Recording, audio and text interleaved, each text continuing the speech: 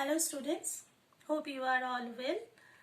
Before Puja vacation, we have already finished the narration change of assertive sentence. Assertive sentence এর একটা ছোট্ট অংশ আমরা মিস করে গেছি, তো সেই অংশটা করে আমরা ন্যারেশন চেঞ্জের যে পরের পার্টটা মানে ইন্টারোগেটিভ সেন্টেন্সের ন্যারেশন চেঞ্জ সেটা আমরা আজকে করব। অ্যাসার্টিভ সেন্টেন্সের যে অংশটা আমাদের বাকি ছিল সেটা হচ্ছে কোনো সেন্টেন্স যদি ডাইরেক্ট স্পিচে ফিউচার টেন্সে থাকে তাহলে আমরা সেটাকে কিভাবে শিফট করব সেটা একটু আমরা আজকে দেখে নিই।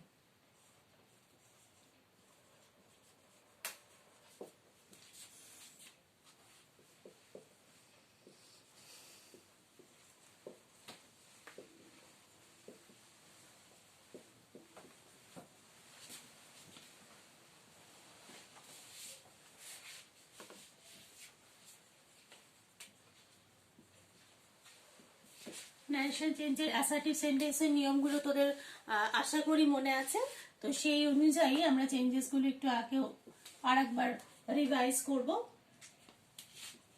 লিঙ্কার আমরা কি বসাতাম? দ্যাট। প্রোনাউন চেঞ্জ হয়ে হবে হি।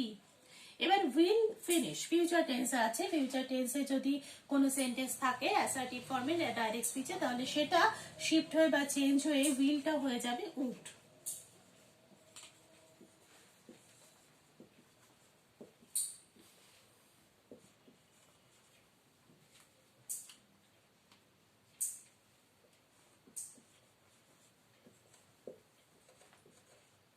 টুমরোটা হবে the next day.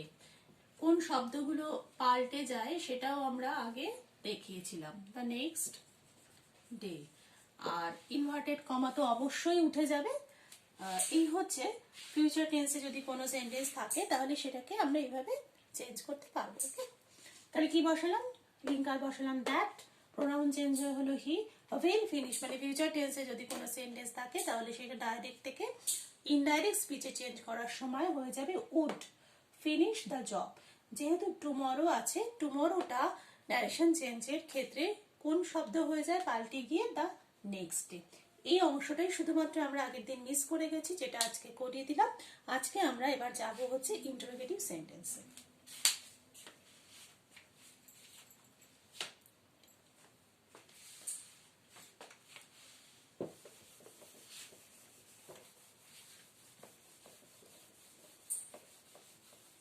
Interrogative sentence কাকে বলে? ইন্টারোগেটিভ সেন্টেন্স হচ্ছে প্রশ্নবোধক বাক্য, অর্থাৎ যে বাক্যটা কোনো প্রশ্ন জিজ্ঞেস করে বা কোনো কোয়েশ্চেন হয় সেন্টেন্সটা ইটসেলফ, তাহলে সেটা হচ্ছে ইন্টারোগেটিভ সেন্টেন্স।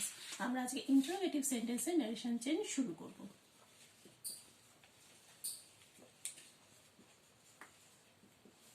এই ইন্টারোগেটিভ সেন্টেন্স কিন্তু two types of interrogative sentence আছে। কি কি? একটা হচ্ছে ইয়েস নো টাইপ,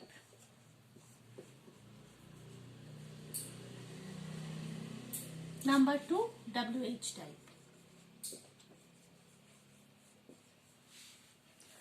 আচ্ছা, তাহলে প্রশ্নবোধক বাক্য দু রকমের হয়, একটা হচ্ছে ইয়েস নো প্যাটার্ন, একটা হচ্ছে WH প্যাটার্ন।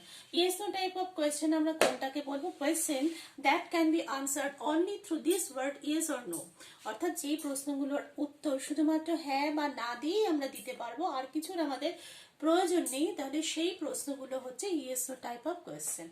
ওকে, আমি যদি তোকে জিজ্ঞেস করি যে do you read in class 9, তাহলে you can answer this question only by yes or no. তুমি এটার উত্তর কিন্তু হ্যাঁ বা না দিয়েই দিতে পারবে, আর অন্য কোনো শব্দের প্রয়োজন হবে না। তাহলে সেই ধরনের যে প্রশ্নগুলো সেগুলো হচ্ছে ইয়েস নো প্যাটার্ন কোয়েশ্চেন। তাহলে ইয়েস নো প্যাটার্ন কোয়েশ্চেন কোনটা বা কাকে বলবো আমরা? Question can be answered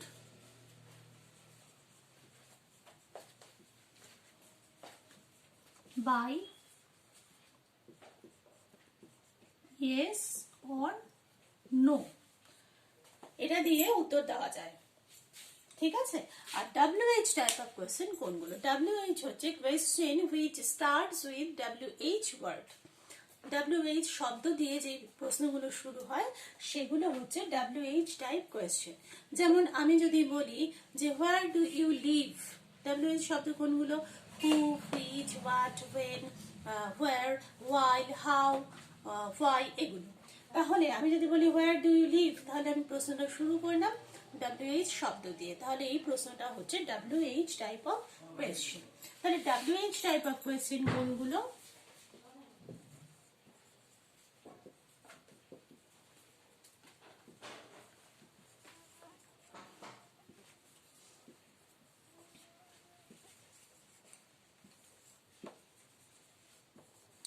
okay students, তাহলে এই দু রকমের টাইপ অফ কোয়েশ্চেন কিন্তু আমরা পাবো। এই দুটো রকম টাইপই কিন্তু আমাদের বুঝতে হবে যে কোনটা কোন টাইপ, কোনটা WH গ্রুপ অফ কোয়েশ্চেন আর কোনটা হচ্ছে ইয়েস নো প্যাটার্ন কোয়েশ্চেন। কেন? কারণ এই দুটো ক্ষেত্রে ন্যারেশন চেঞ্জের কিন্তু কিছু ডিফারেন্স রয়েছে। আজকে আমরা যেটা করব সেটা হচ্ছে yes no type of question.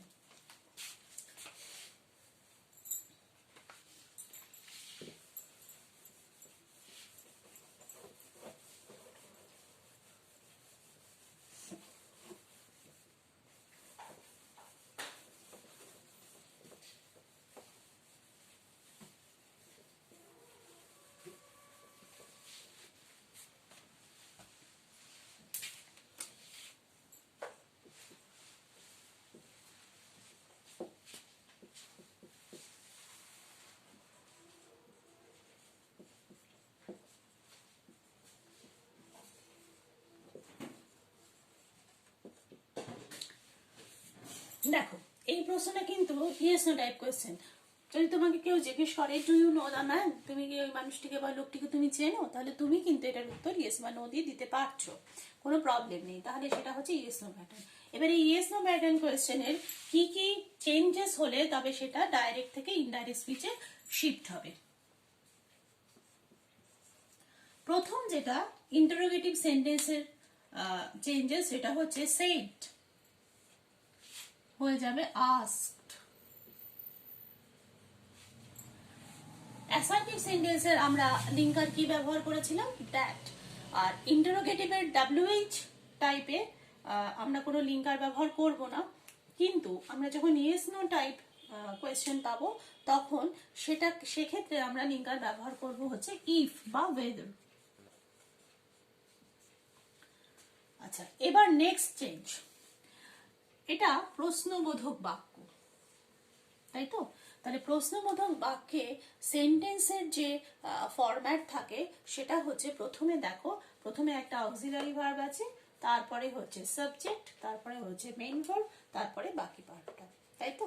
তাহলে এই যে ফরম্যাটটা, অর্থাৎ ইন্টারোগেটিভ যে ফর্ম, সেই ফর্মটাকে আমরা চেঞ্জ করে অ্যাসার্টিভ ফর্মে নিয়ে আসবো। অ্যাসার্টিভ ফর্মের সেন্টেন্সের গঠন কেমন থাকে? প্রথমে থাকে সাবজেক্ট, তারপরে থাকে ভার্ব, তারপরে থাকে বাকি অংশ বা অবজেক্ট পার্ট। তাহলে প্রথমে আমাদের সাবজেক্ট আনতে হবে। তাহলে এই সেন্টেন্সটার সাবজেক্ট হচ্ছে কি? ইউ। ডাইরেকশন চেঞ্জে আমরা জানি প্রোনাউনটা পাল্টে যায়, তাহলে ইউ পাল্টে গিয়ে হবে হি। নেক্সট চেঞ্জ, তাহলে এটার পরে আমাদের অ্যাসার্টিভ ফরম্যাট যদি করতে হয় তাহলে ভার্ব আনতে হবে। তাহলে এখানে ভার্ব কি আছে? No, main verb no. এবার এই যে ভার্বটা আমি বসাবো তার আগে আমাদের খুব ভালো করে খেয়াল করতে হবে সেন্টেন্সটা কোন টেন্সে আছে। কেন খেয়াল করতে হবে? কারণ অ্যাকর্ডিং টু দ্য টেন্স এই ভার্বটা কিন্তু পরিবর্তিত হয়ে যাবে according to the rules of the narration change. আমরা অ্যাসার্টিভ সেন্টেন্সের ন্যারেশন চেঞ্জ করার সময় কোন টেন্স থাকলে সেটা পাল্টে গিয়ে ডাইরেক্ট থেকে ইনডাইরেক্টে শিফট হয় কিভাবে, সেটা আমরা একটা ছকে দেখিয়ে দিয়েছিলাম, তাই তো?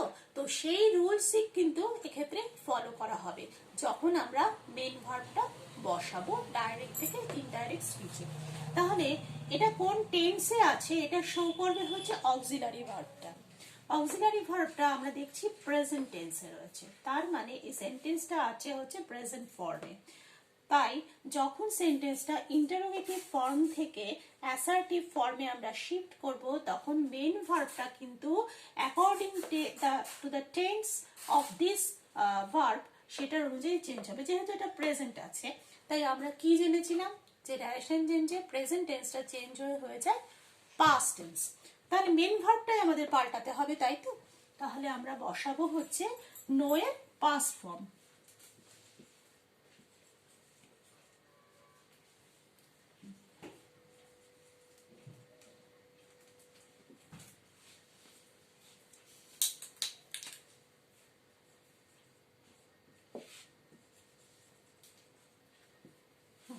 তাহলে কি কি চেঞ্জেস হলো? প্রথমে হচ্ছে সেইড, এটা পাল্টে গেল আস্কড, একটা লিঙ্কার আমি বসালাম if.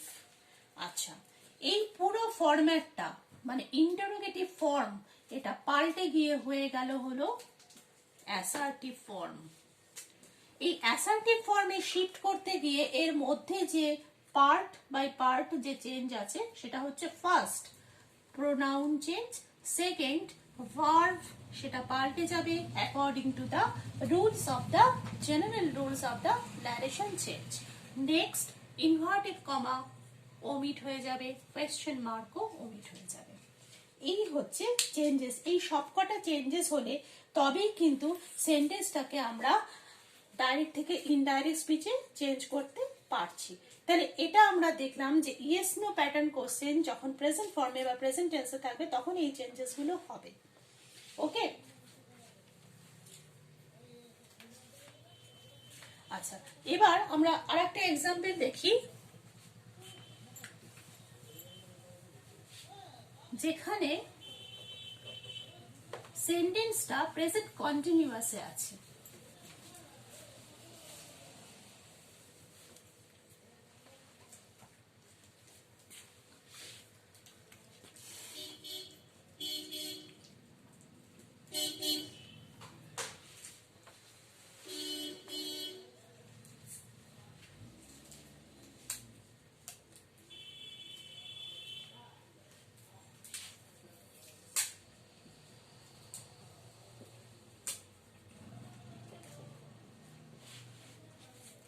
He said, are you reading?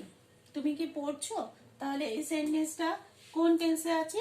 Are reading, তার মানে বি ভার্ব মেইন ভার্বের সঙ্গে আইএনজি, তার মানে প্রেজেন্ট কন্টিনিউয়াস, বি ভার্বের প্রেজেন্ট ফর্ম যেহেতু। আগের মতনই সেটটা চেঞ্জ হয়ে গিয়ে হয়ে যাবে আস্কড।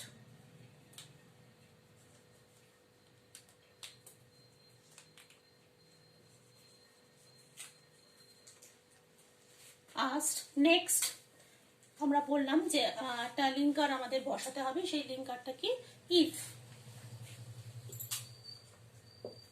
এই ফরম্যাটটা টোটালি আমরা পাল্টে আবার অ্যাসার্টিভ ফরম্যাটে নিয়ে আসবো, তার মানে সাবজেক্ট ভার্ব, তাই তো? তাহলে সাবজেক্ট ইউ সেটা চেঞ্জ হয়ে যাবে ইফ হি। সেন্টেন্সটা আছে হচ্ছে প্রেজেন্ট কন্টিনিউয়াস। ন্যারেশনে আমরা কি দেখেছিলাম যে প্রেজেন্ট কন্টিনিউয়াস চেঞ্জ হয়ে যাবে পাস্ট কন্টিনিউয়াসে। তাহলে এটা আমরা কি লিখবো? If he were reading.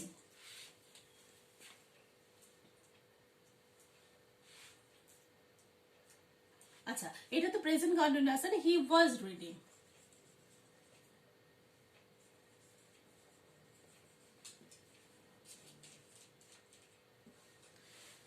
If he was reading, তাহলে চেঞ্জেস গুলো আবার দেখ। সেড, আস্ক, লিঙ্কার বসাবো ইফ। এই সেন্টেন্সটা ইন্টারোগেটিভ ফর্ম থেকে পাল্টে গিয়ে হয়ে যাবে অ্যাসার্টিভ ফর্ম। সেখানে প্রোনাউন চেঞ্জ হবে, ভার্ব যেহেতু প্রেজেন্ট কন্টিনিউয়াস আছে সেজন্য ন্যারেশনের রুলস অনুযায়ী পাস্ট কন্টিনিউয়াস হয়ে গেল। আর এই ইনভার্টেড কমাটা উঠে যাবে, কোয়েশ্চেন মার্ক উঠে যাবে।